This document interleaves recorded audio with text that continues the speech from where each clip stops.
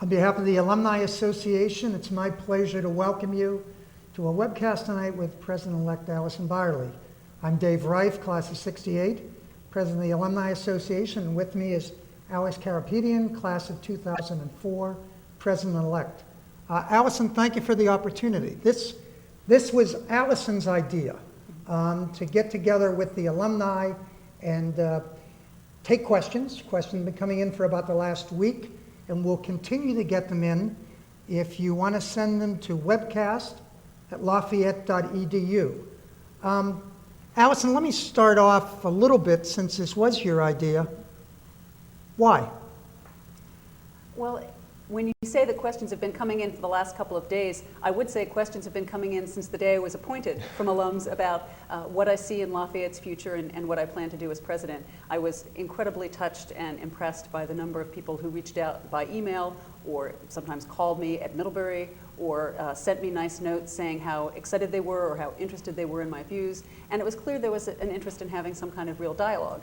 And I felt that though I answered many inquiries and I've been on Twitter and in other venues trying to communicate with folks, I really wanted to start as early as possible getting to know the alumni community and hearing what topics they're interested in and what they're thinking about. Because I've said in a number of contexts that I think the strength of the Lafayette alumni community is one of the great strengths of the college. It's something that attracted me to Lafayette. It's something that I see as an enormous strength for Lafayette going forward. So I thought that even though I'm not officially in office yet, it was not too early to start hearing what people have to say. Well, ahead of time, welcome aboard. Thank you. Well, I noticed that President-elects outnumber presidents or current presidents 2-1 here, so I think that Alex and I have the edge. Nice, hit it right here. Absolutely. Well, in that case, then I'm going to turn to Alex and get out of the way. Allison, you must be thrilled right now. You must be thrilled. This is such an exciting time for you during this transition. Just tell us, how are you feeling? How's your family doing? How are your kids? And obviously, most importantly, Lafayette's first ever Mr. Gentleman. How's he taking this? Well, he's holding up very well under the pressure. We're very excited, all of us. It's been a kind of whirlwind. It seemed like there'd be a long run up to July 1st, back when I was appointed in January, and the time has gone very quickly. I've spent a lot of time getting to know folks on campus. I've been traveling around a little bit and meeting some key trustees and getting to know members of the alumni community where I run across them. We've been trying to pace my orientation as well as possible, but it's been very busy. It's a wonderfully exciting time, though, and I think that what I most appreciate is that people are already treating me like part of the community.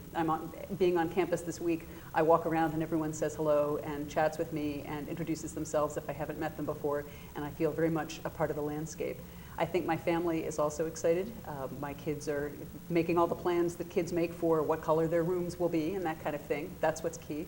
But for my husband, I think he enjoys the prospect of being part of what we can already tell is a very warm and welcoming community. So the role of presidential spouse is new to him, and the role of male presidential spouse is new to Lafayette. But I think we'll figure it out.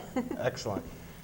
Over the last couple of weeks, we've gotten about 70, actually north of 70 questions. And what we've done for tonight is to take those questions, a couple of them we sort of synthesized into one question where there have been a lot over the same area. And then some of the questions we'll actually be able to ask verbatim. So let me start off. There's been a lot of press, Alison, and most recently there was a front page article in the Wall Street Journal about a survey of the National Association of College and University Business Officers that reported that tuition discounts offered by private U.S. colleges hit a record high in the fall of 2012, and that a lot of colleges have fallen short of their enrollment goals.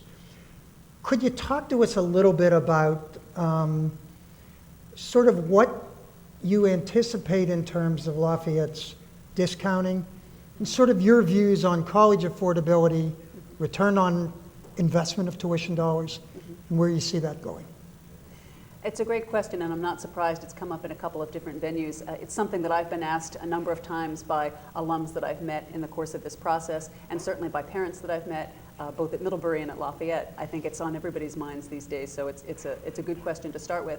I think relating the tuition discounting piece to the overall question of affordability is an important part of the picture. It's not the whole picture. And so to talk for a moment about tuition, I think we all recognize that when you're charging as much as a top-notch liberal arts college does for tuition, you really have to justify that return on investment. You have to make it clear that there's a value that's being offered that's different from what someone might get in a different environment, paying a different price. For a school like Lafayette, I think what that means is recognizing that the incredible integration of academic and residential experience is a critical piece of the experience that we offer, and also recognize that at Lafayette we make special efforts to help students individually, to get to know them personally, to help support their career goals, start to finish, with a level of advising that I think exceeds that of many other schools. And so I feel confident myself that one can justify the high cost of the kind of personalized mentoring and education that one gets at Lafayette, but I think it has to be part of a larger picture where we as an institution and liberal arts colleges as a sector explain what goes into the cost of a high level of teaching attention, faculty-student ratio that guarantees students get to work closely with individual faculty, the kinds of facilities that we're enjoying right here don't come for free. All of these things are part of the overall picture. When you think about what the tuition costs as part of that larger package and focus on what we charge and what we're able to offer in aid, that's when it gets very complicated to compare one school to another. Tuition discounting as a term is a way of describing, for those who don't toss these terms around every day, the difference between what is the typical price charged as tuition to a student who can pay the full amount versus what an individual student might pay if they're offered financial aid in the form of either merit aid or need-based aid. And I think many colleges struggle with the question of what that balance is. For many elite liberal arts colleges or elite institutions, one of the ways in which we manage to attract a wide range of students and create a diverse student body is by being in a position to offer some aid to students who don't pay the full tuition price. That has an effect on the budget, but it's important in bringing together the kind of student body that gives everyone the experience that you want them to have at Lafayette. So in some ways, I think the phrase tuition discounting treats it as an economic issue rather than an enrollment strategy designed to bring a certain kind of class together. In fact, not everyone would agree that a low tuition discount is good or that a bad tuition discount rate is a high rate. A high level of tuition discounting could reflect efforts to recruit a lot of students who can't meet full need. So I think that it's, or who need full need met for them in order to attend a college. So I think that tuition discounting isn't the only way to talk about what makes college expensive. It's one of several things that make college expensive. You look like you might want to ask a follow-up question to that. I've been going on for a while. No, in fact, I'm going to turn to Alex. Well, speaking of, Alison, tuition and attending Lafayette College, this is a question that was actually asked by an alumnus in the great state of Texas. You know, Lafayette, as you had once mentioned, is very popular in the Mid-Atlantic region, in the Northeast, more of a regional school. That's what it was known for many, many years ago. The alumni in Texas wanted to know what your thoughts would be about recruiting more students from Texas, especially, you know, student athletes. What's your thought on that? What's your take on it? How do you feel about reaching out to outside of this area? Well, one of the elements of diversity that people sometimes overlook is geographic diversity, that there are a lot of ways in which students benefit from meeting students from not only other parts of the country, but of course other parts of the world. And I love the idea that an alum has written specifically about their own home state and why we don't have enough students from there. It's a mark of the way in which Lafayette has grown from having a more regional identity to having a more national identity, that question even comes up. There certainly was a time when Lafayette drew a little bit more strongly from the mid-Atlantic states and from the traditional kind of tri-state area than it does now. I think that's a continuing effort. I think we have always been very well known in our neck of the woods and have become nationally known in pockets around the country, but not everywhere. One of the major strategies of our admissions office over the last couple of years has in fact been to expand our geographic reach. They've added more admissions staff and they've done many more visits to a wider range of high schools over the last 2 years in particular. And the very strong return on that investment this year was seen in last week's numbers when, come May 1st, we had a very strong admitted class, very good return on that investment in outreach. And so I feel that that's something that we have been pushing a bit more in just the last couple of years. Mm-hmm. So I guess I would hope that that alum sits tight and waits, because I think there will be more action in that direction. That's great. The next question, which is about athletics, in fact, does compare us to some pretty good national names. An alumnus from class of 73 asked, "Athletics create excitement on campus, a buzz among alumni, and publicity for our college. Lafayette students should pursue success in all their endeavors, including sports. Recently, in this alum's view, that has not been the case. It suggests that the athletic department's not able to recruit effectively. Duke and Stanford have high academic standards, yet they not only compete very well, not bad comparisons, they do so on a national stage. What's your commitment to helping Lafayette athletic teams be at least competitive in the current conference arrangement?" Well, you're right, that is tough competition to stack us up against.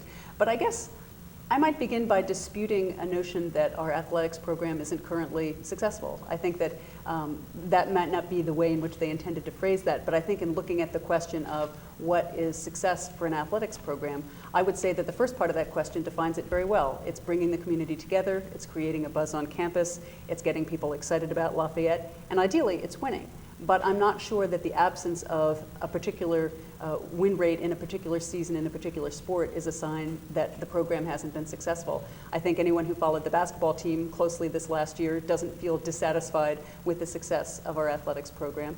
I think all of our teams have years that they're more successful and years that they win fewer games.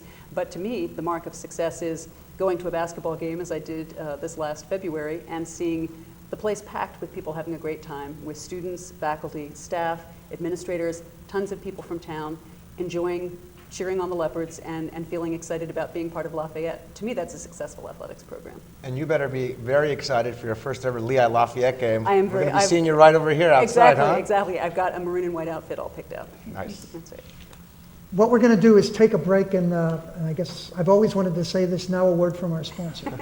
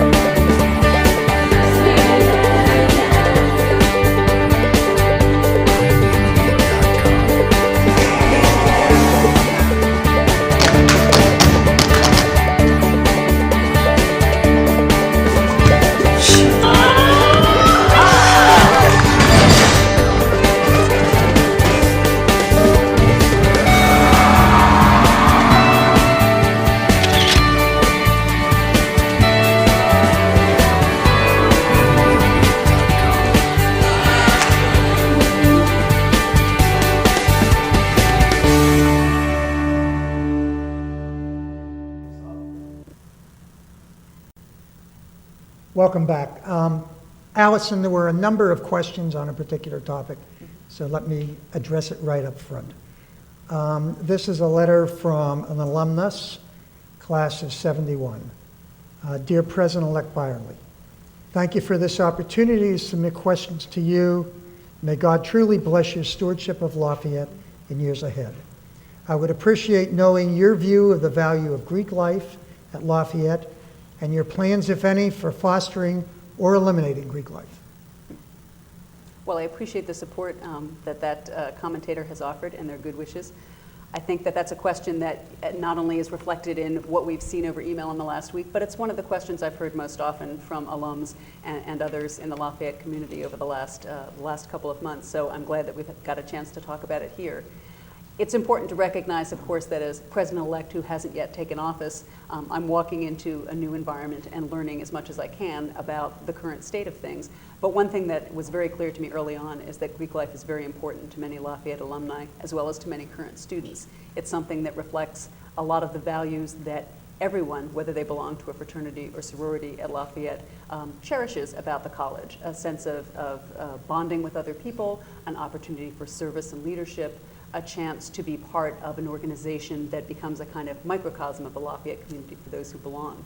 And so acknowledging the incredible emotional pull of Greek life for those who participated in it, I think is an important starting point to looking at where it is on campus today. I think recognizing that there have been challenges in the past and that the current process that's in place for ensuring that we manage Greek life in a way that makes it as productive and healthy an environment as possible for students, as is the case for all student organizations, is a process that's underway, that seems to be successful, and that I think has every prospect for allowing the community to move forward from a period of debate to a future in which the residential life program at Lafayette offers a range of options, of which Greek organizations may very well be among the most popular. I think looking ahead to the future, I would like to see every Lafayette student have the opportunity to be part of a residential structure that gives them a sense of community, that gives them the kinds of opportunities for leadership and for friendship that for many came about through their participation in Greek organizations. And currently there are a lot of options at Lafayette, both within the residential life structure, within the new living learning communities that are being offered, and within the houses that are currently part of the campus system on campus. The ECO process that has been put in place as a way of ensuring that the college's Greek organizations meet an agreed upon set of standards seems, from what I can gather, to be going very well. It's providing a way for the community to talk about what they expect and for every organization to have a chance to meet those expectations. And so the phrasing, do I plan to foster or eliminate fraternities, presents it as a kind of binary opposition. I see a middle ground where I'm here to support every aspect of residential life that makes Lafayette a better place for students. I think that's an answer that will make a lot of people very, very comfortable. I hope so. You know, I'm very happy that you brought up residential life right now, because we've had several alumni write us emails and post some questions about the residential life here at Lafayette and for the future. One alumnus wrote that they had attended the presentation of a new campus initiative, which is called LAF 360, but came away very unclear as to what will actually be done, specifically in terms of the social life and living groups. How will it work? Will it use existing dorm buildings, or will they all need to be renovated?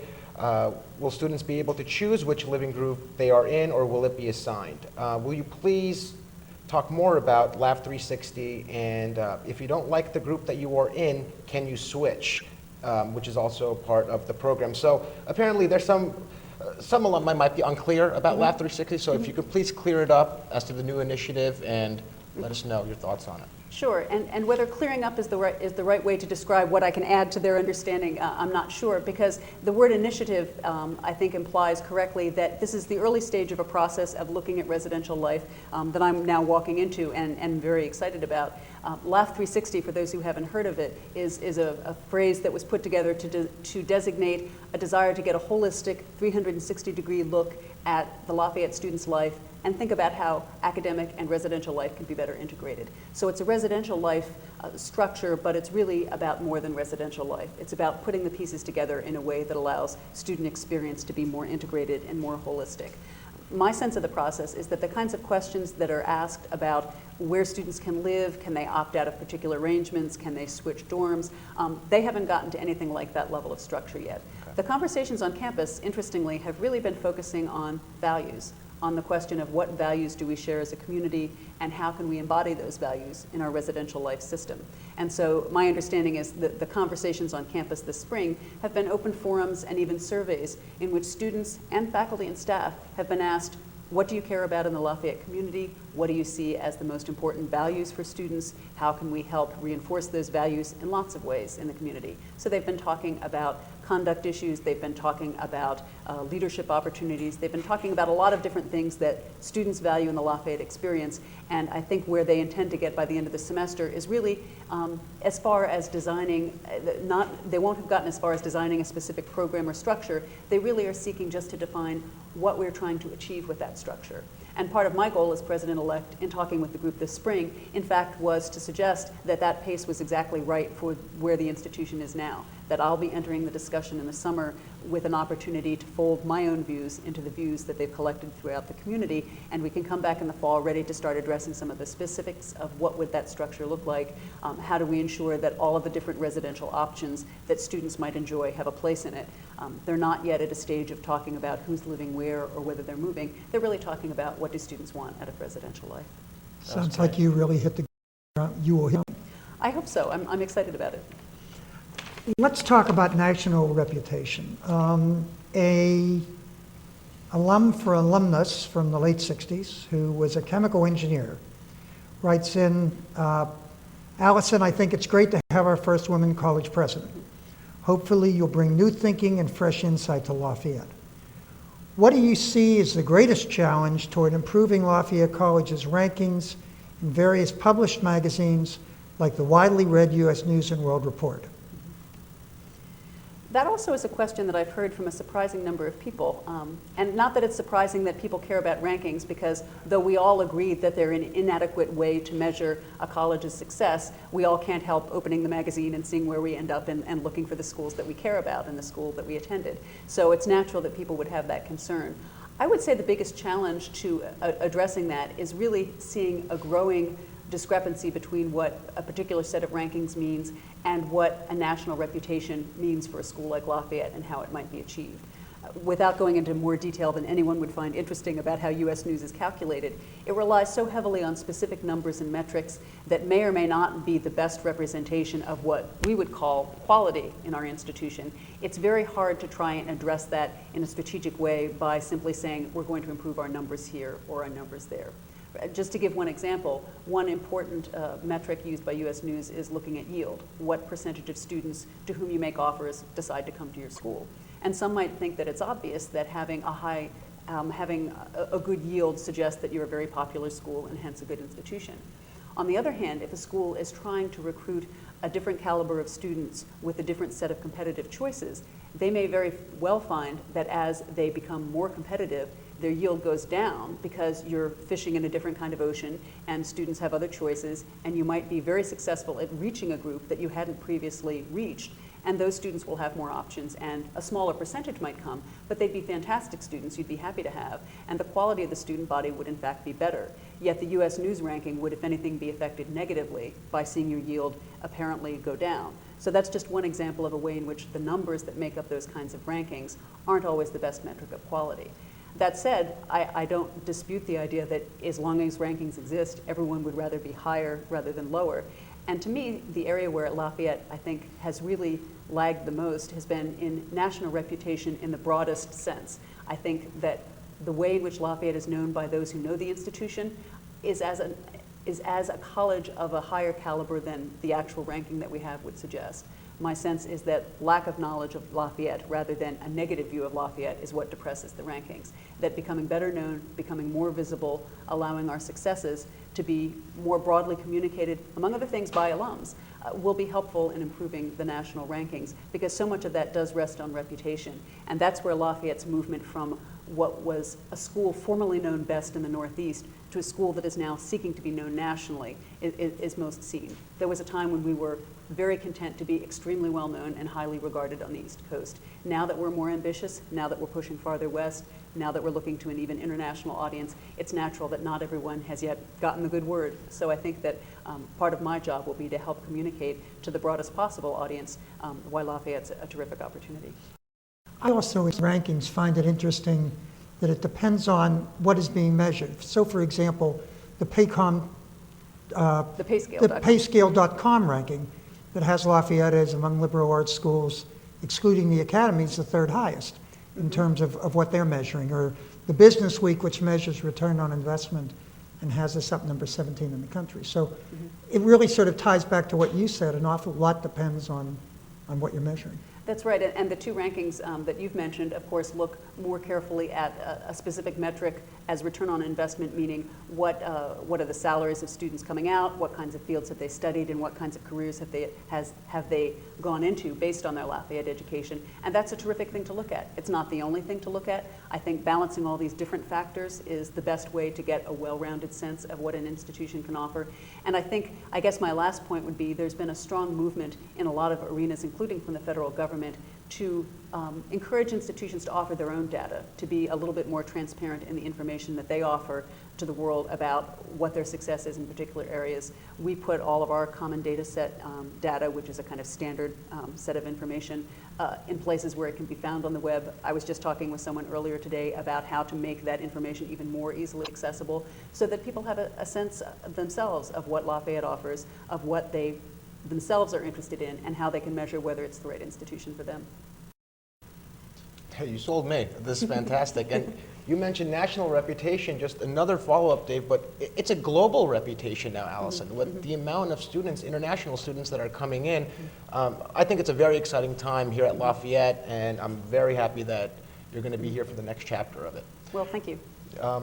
Moving forward, we have an alumnus from California who had a question about online education. So, not surprising coming from California. Yeah. Seat of technology. That's right. The alumnus wrote, my question whether and to what degree Lafayette plans to embrace online education and communication technology, the 21st century digital revolution affecting undergraduate education. Massive online open course technology, it seems to me, allows colleges to reach out to the world and offer educational programs to those who cannot attend the traditional on-campus school. Online courses could be a source of revenue and, if partnering with other schools, could be a cost-effective way of expanding the breadth and depth of courses offered to our students. This technology could also be used to offer ongoing postgraduate education to Lafayette alumni. What is your plan, Alison? Would you be embracing this kind of technology to any degree? I think exploring rather than embracing might be the word I would use to describe where I would start that conversation, but it's something that I've been asked a lot because I myself am very interested in the role of technology in education, and it's something that I've been spending some time looking at this year in particular. This year I'm on leave from Middlebury and have been serving in a position as visiting scholar at the Massachusetts Institute of Technology at MIT. And in that visiting position, I'm not teaching, I'm just doing research. One of my goals has been to learn more about the massively open online course programs that they're offering through edX, and in general, their conversations about online learning and what they're gaining from their own experience and expertise. I've learned a lot there and have participated in some great conversations. Last month, for example, I was on a panel discussion with Ananta Garwal, who's head of edX, and Daphne Kohler, who's head of Coursera, based out in Stanford. And in a conversation about the future of online learning, and in particular about the role of MOOCs, massively open online courses in education. My role in the discussion, in some ways, was to really try and think about what it means for a specific institution rather than what it means for higher ed in general. But I think the question that you asked captures very well the sense of excitement that comes from opening up the opportunity to share the education that you offer with a broader audience. If you talk to people who've offered courses in that format, it's tremendously exciting to reach a larger audience. If you love to teach, as teachers like ourselves do, what wouldn't you love about reaching as many students as possible? That said, those courses aren't free, the technology is expensive, training is required, it's something you have to enter into thoughtfully, and to my mind, at a liberal arts college, with a careful consideration of what would work best for the students on campus, as well as what might be interesting to reach in terms of a student body that's beyond the institution. A school like MIT or Stanford can afford to put really now millions of dollars into these courses as a way of extending their brand and exploring a new frontier in educational technology and really being a kind of leader in that.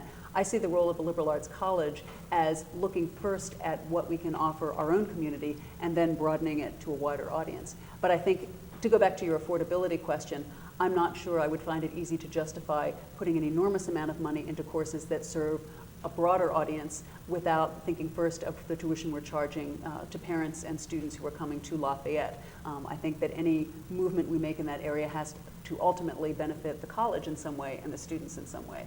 The last question that you asked about alumni and the question of whether these kinds of courses could be part of the Lafayette alumni community, I think is a terrific one. And if we have time, maybe we could come back to that later on. Absolutely. Thank you very much. We're going to take a short break right now. Everyone, thanks for tuning in. Please stick with us. We'll be back in a couple minutes. All right? Here's a word from our sponsor.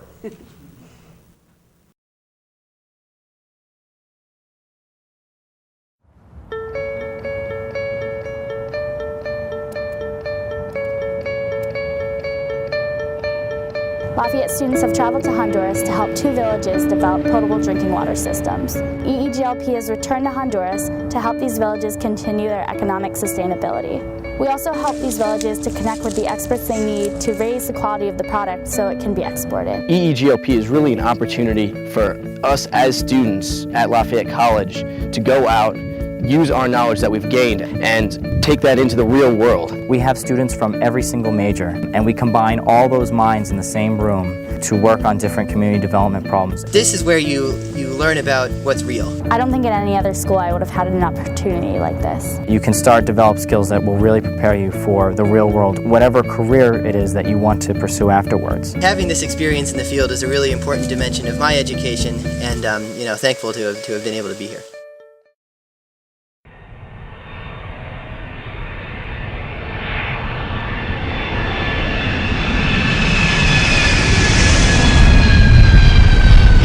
Wanted to go on an intern trip, and so when I was looking at all the programs, New Zealand was just a once-in-a-lifetime experience. People are like experience what the country's like, experience why it's that way. So I was like, when am I ever going to travel across the world again? And I just never had that opportunity to be able to learn another culture while being immersed in the culture was pretty amazing to me. You can study abroad for a semester or a year.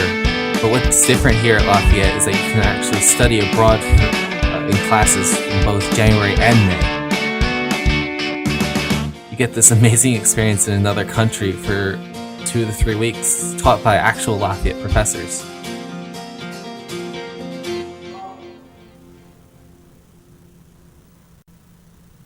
Welcome back. We're here with Dave and Alison Byerly.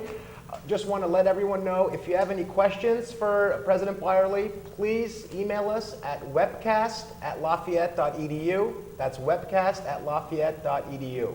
And before we continue on, Alison, I'm sure you've noticed behind us and all our viewers out there, they're setting up for a spring concert here. Macklemore and Ryan Lewis are going to be playing, and word on the street is you're a huge fan, and it's on your iPod. Jim Dicker was just joking about that as he was coming in. He's saying, this Macklemore, have you ever heard of him? I said, oh yeah, I love Macklemore. I hope Ryan Lewis is coming too. I've got that on my iPod. I'm sorry that I can't stay for the concert. I've been in town for a few days, and I'll be sorry to miss it.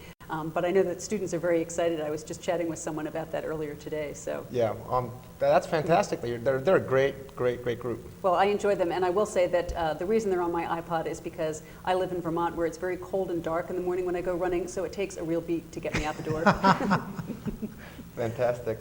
Well, this is an easy transition here. So we're having a great concert behind us. It's going to be a great time with college kids having a great time. They're at a concert. I see where you're going with this. You see where I'm going with this? Let's talk alcohol and behavior issues. We've gotten a lot of questions from alumni about this. One in particular wants to know, what are your thoughts regarding alcohol on campus? It is my understanding that the current policy promotes pre-gaming, where students consume large amounts of alcohol over a short period of time while in their dorm prior to going out. These practices are extremely dangerous and an unfortunate response to the restrictive alcohol policy currently in place at Lafayette. Having had a child attend college elsewhere, also a small liberal arts college similar to Lafayette, it appears there are better ways to address this issue. Well, I think we could all agree that pre-gaming is not the behavior that we think is most responsible and most healthy for students at Lafayette or anyplace else. I guess I would not characterize administration policies as promoting pre-gaming, whether they allow it or in some ways indirectly support it, I think is a conversation worth having. I think the impulse behind that question is to assume that the reason that students are drinking in their rooms is because there aren't other places for them to do that, and it's not possible for them to get alcohol at officially sanctioned parties. I wish the writer had noted what the other college is that their other child attends, because one thing that people sometimes don't recognize, and I know this from my experience at Middlebury, is that different schools located in different states and different counties often are working within very different regulations, legal strictures about what can take place and what can't take place. And I should also qualify this by noting that, of course, I haven't yet spent time on the Lafayette campus, and what I know about our current policies are based on conversations I've had thus far. What I can say is that everyone in the administration is committed to the notion that what we have to do with students is educate them about responsible alcohol use and provide a social environment that gives them every possible opportunity to have a vibrant and fun social life without impinging on their own health, their own safety, or that of other students. I think that for many students today, the kind of partying that you're describing is part of the work hard, play hard culture that I think has always been part of college life to some degree. But I guess my sense is that today there's a little more intensity to that and a little bit less of a middle ground, that students work very, very hard at Lafayette and at many other schools, and then they allow themselves very little time to have fun, and they try and pack a lot of fun into 5 hours, and alcohol abuse is sometimes one of the ways in which they speed that process up and try and have fun. I think where I see the current discussions going is in the direction of thinking about the kind of residential life experience that LAF 360 is addressing, in the context of how to give students more responsibility for making good choices and for developing their own social environment. Some of the questions I've been asking, for example, have to do with the kinds of support we do or don't offer to students who want to simply organize parties on their own, parties that aren't perhaps connected to an organization or a dormitory, but are simply a group of 20 people want to have a party. Is that easy to do? What stands in the way? How can we help them do it responsibly? I think offering as many options as possible could also have a positive impact on the way in which Greek life functions within the large community, because then the sort of burden of throwing parties is spread out across a wider social swath, and it isn't simply the job of the fraternities and sororities to provide that kind of social experience. I think there are a lot of ways in which addressing the problem really means addressing all of the venues in which students socialize, and think about how we can direct them in ways that allow them to define fun as having a good time. In some contexts, where legally allowable and where appropriate, alcohol can be involved, but that doesn't have to be the starting point and the end point of any evening that's fun. Yeah, it's a very, very good answer. Let's talk about the Lafayette student body and sort of how the student body looks. And I mean that sort of in lots of different ways. A question from an alum from the late 50s. President Weiss put a high priority on achieving diversity in the student body. He also selected a chief diversity officer to manage this effort. Do you share this same sense of priority, and do you intend to continue this effort as a high visibility activity? I'm very proud to be joining an institution that has placed a high value on diversity. I think most top-notch institutions in the United States over the last 10 years have recognized that all of the excellence that you devote to creating a strong college or university experience is made only stronger by having the widest possible range of students take advantage of that. I think that diversity is not only a social good in that it provides opportunities for a wide range of students, but it also just creates a better educational environment for all students to interact with, to become friends with, to join organizations with, to play on teams with. A wide range of students who've had different backgrounds and experiences, I think benefits all students. So I think there are a lot of ways to accomplish that. We participate in a number of programs, both from the admissions standpoint, in looking at faculty recruitment, in looking at diversity throughout the community. There are a lot of ways in which we try and accomplish that. I think it's possible that as I get to know the place better, there will be new opportunities and new strategies that I might employ. But I think that absolutely the goals are the right one. I'm glad that we have a chief diversity officer who looks carefully at that as an important mandate. It's too easy for that kind of goal to be abstract and not at the top of somebody's radar screen. So charging someone specific with that, I think, has been helpful. But I think that I'll look to the community for more thoughts and guidance on how to continue that effort, because I do think that my sense is that one of the things that makes Lafayette a terrific place is that a wide range of students get to know each other and become friends across a lot of different geographic, national, ethnic, and other kinds of boundaries. And I think that's part of what makes it a terrific place to be. Alice, a follow-up question to diversity. We got an email from an alum in the class of '85 who said that we've had many liberal speakers on campus over the past several years What steps will you take to ensure intellectual and political diversity on campus? That's a very relevant question because I was just in a meeting earlier today with the commencement committee talking about possible speakers, and that's one of the subjects that we touched on. One of the things that's challenging about that in talking with the students I recognized is that those of us who are at the college or looking at the college like alums over a long period of time might look at who were the last 4 or 5 speakers in a given year over a span. Students just look at who are the speakers in my year, and they all want particular speakers and particular topics to be addressed. Interestingly, a student raised that same question though and said, you know, we've had some great speakers here, here, and here. Wouldn't we like to have someone with a different perspective?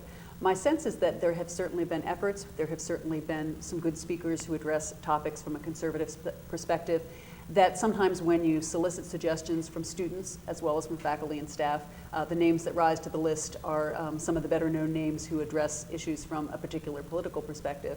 But I think that that's something that I take seriously as part of the mission of the college to represent intellectual and political diversity as well as, you know, national, geographic, or ethnic diversity.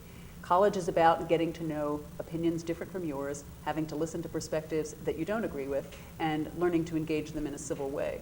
And in fact, I think that's even more important now than it was 10 or 15 years ago, because any of us who look at the current political climate, whatever side of the fence you sit on, I think we could probably all agree that it's not a stunning model of civil political discourse, what you see out in the media, and even, you know, in our own government. So I would love to see Lafayette students come out with an understanding of how to civilly engage in intellectual debate around substantive issues without feeling that it all has to be boiled down to one side arguing with another side in the way that you often see it represented in the media. So I think it would be very important in the future to ensure that we have a good balance of speakers so that students do get in the habit of engaging both sides of any question. That's great. Who was your favorite speaker? All your times from MIT, Middlebury, Penn, who's been the most interesting person that you've gone to see speak? You know, that's a great question. Bill Clinton was a commencement speaker for us who was fantastic, but I will say, I told the commencement committee earlier that at Middlebury, perhaps our most popular commencement speaker was Mr. Rogers a few years back. You know, he was so warm and fuzzy. Who could not love Mr. Rogers? One of the other places that Lafayette is very unique, or somewhat unique in its diversity, is the combination of a large percentage of engineers, along with a large percentage of liberal arts majors. An engineer from the class of '73 writes, "What will be done to ensure engineering retains its integrity?" That's a great question from an engineer. It's succinct, it gets right to the point, it kind of embodies the spirit of engineering in the way the question is phrased. How to ensure the integrity of engineering. I assume that the thrust of the question is to feel that maybe that's in jeopardy in some way, or that they feel threatened by some of the changes that have taken place in the engineering program.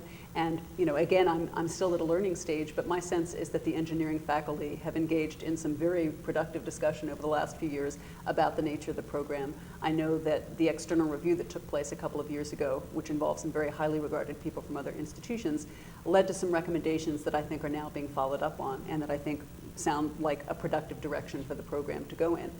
I think that for an alum looking at it from the perspective of their own experience, they might be comparing it either to what they experienced when they were at Lafayette, or perhaps they're looking at other schools' programs. Lafayette is unusual in being a liberal arts college that offers engineering, and the nature of our program, I think, doesn't mirror that of a large university engineering program. It takes advantage of the fact that the liberal arts offerings at Lafayette provide an opportunity for a little integration between the two programs that I think can only strengthen the engineering degree that we offer. So I feel that Lafayette's in a very good place in that regard. As I said, I'm still learning about the program myself, and I'll mention that I recently was invited by an engineering colleague at MIT to serve on the advisory board of a group that has just put in a grant to NSF to study engineering education. They invited me as President-elect of Lafayette and someone interested in technology to be part of that discussion because they felt that Lafayette could in many ways contribute significantly to that discussion. So I think that suggests that Lafayette is highly regarded within the engineering community, and that that kind of integration is seen as very valuable. That's as far as alumni relations go towards engineering and their thoughts on it and the progression for it. Have you gotten much feedback from the alumni that you met that have been engineers? Allison? Yeah, it's funny that you mentioned that. Yes, and the reason I know that is that they always identify that they're engineers. That is that many alums will simply say, I'm an alum from the class of 72, but I've gotten some wonderful feedback and notes from people saying, I'm an engineer from the class of 63. And often they are very interested in the program. I think they're some of the most committed and connected alums, is the sense that I get. And I appreciate the fact that many of them are looking carefully at what we're doing now, and in many cases offering to be helpful. I've heard from some alums who've said, I work for such and such a firm, we haven't had any interns from Lafayette for a while, perhaps I could be helpful. And that's the kind of support that I think alums can be especially helpful in offering, connecting our students to the workplaces that they have found to be a good outlet for their Lafayette education is a tremendous service to today's students. Yeah. So that's also a message from our sponsor. Sorry, I went into advertising mode there for a moment. You touched upon something that I wanted to talk about. It's we always have alumni that might be disengaged from the college. You know, maybe engineering, for example. Maybe they're not coming back to visit, or they're unhappy about something, or just the ebb and flow of things. Their life moves on. Yep. How do you plan to re-engage these alumni who have been disengaged from the college? And another follow-up question is, older alumni, what do you think about the possibility of having them come use facilities, be in the classroom, be more engaged on a one-to-one basis? What are your thoughts on that?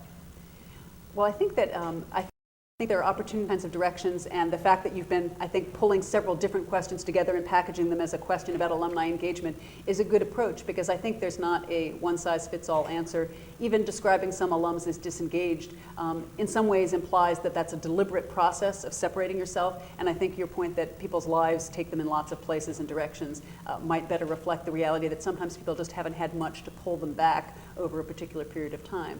So I think of engaging alumni as a kind of multi-pronged effort. This is part of that effort. My comments on LinkedIn and Twitter are part of that effort. You know, I'm always happy to engage people wherever I can find them.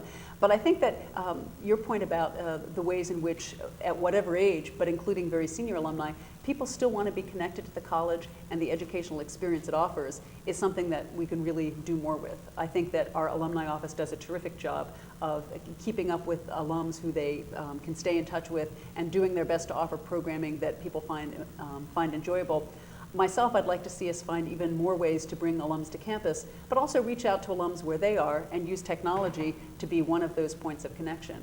We've talked a little bit amongst ourselves at the college about ways in which we could use, for example, online technology and the possibility of doing courses, distance courses of some kind for alums, as one way that we can offer something back to alums, give them a chance to still feel part of the academic program or to be connected to the kinds of things that people are teaching and learning on the campus right now.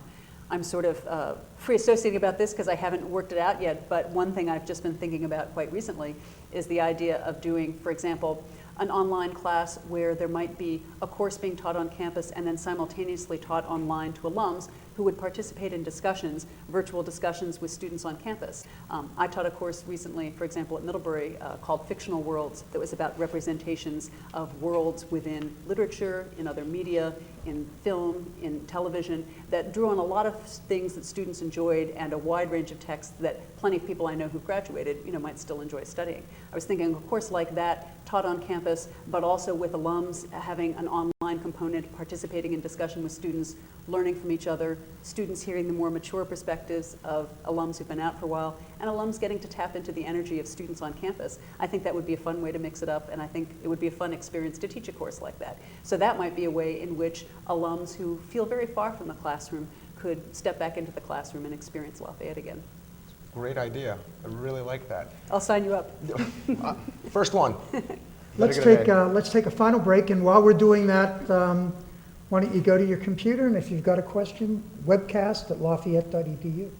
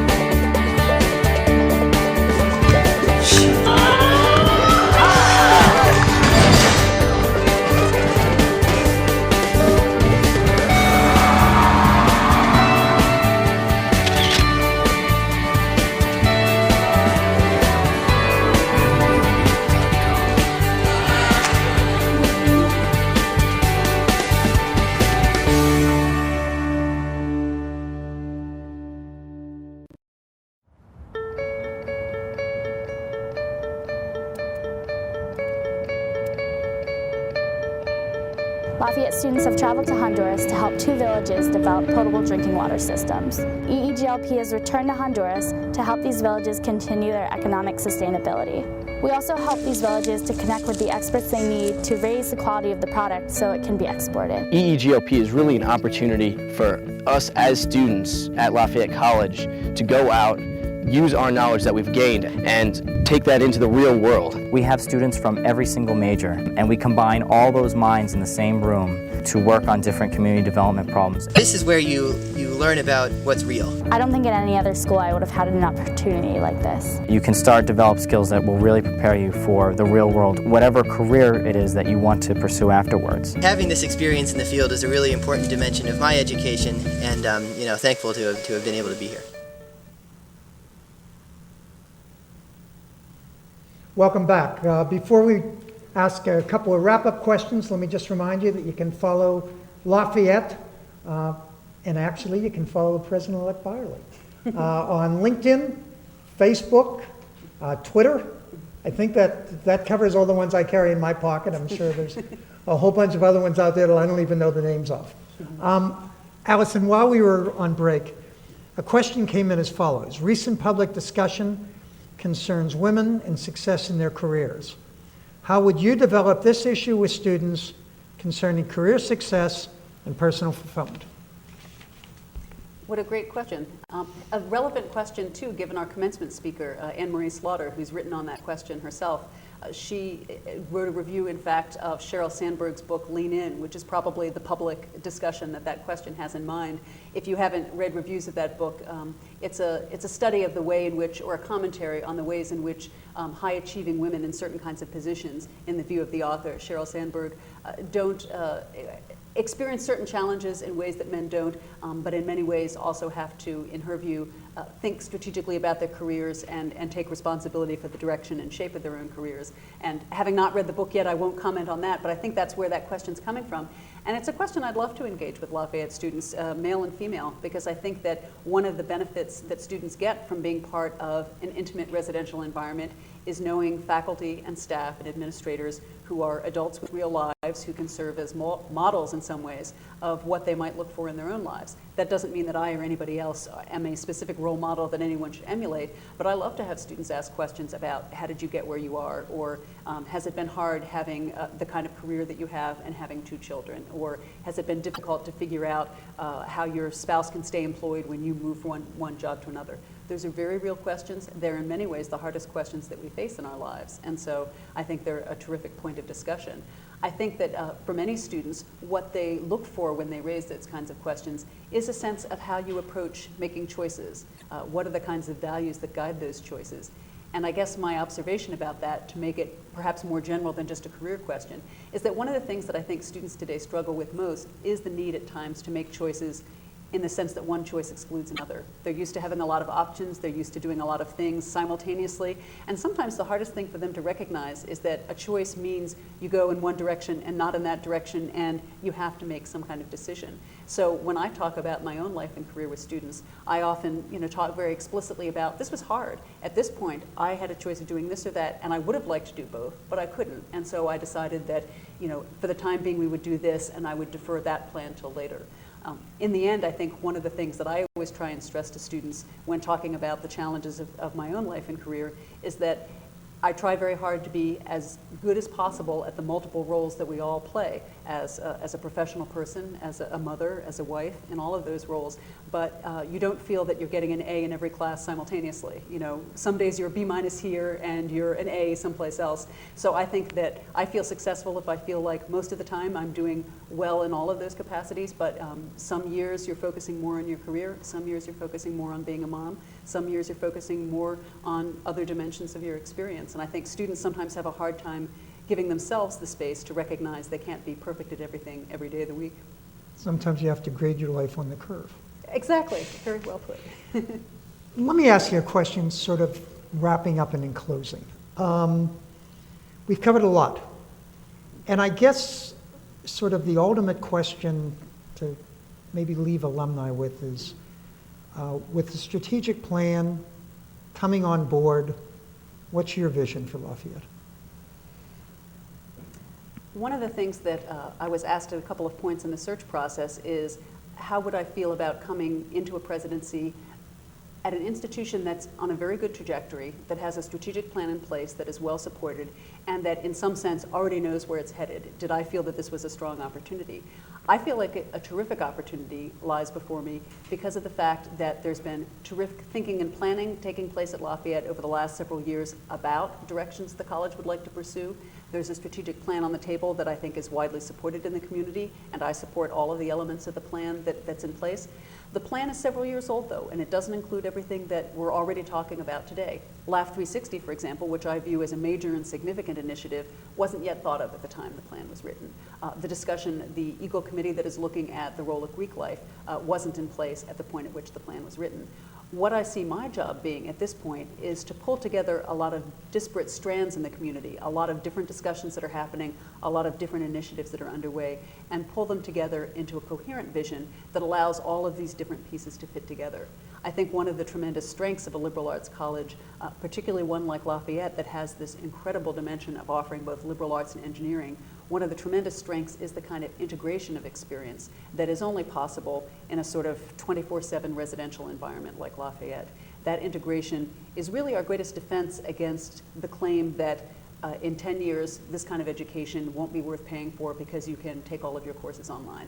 You can take courses online, you can't play football online, you can't sing in an a cappella group online, you can't sit up late in your dorm room chatting with friends online. That those are the kinds of things that real dialogue and real interaction support as part of a comprehensive integrated environment. So what I see Lafayette becoming and continuing to become in the future is a place where students can tie their residential experience and their academic experience, their career preparation, their extracurricular activities into one completely comprehensive picture of the life they would like to lead and the person they'd like to become.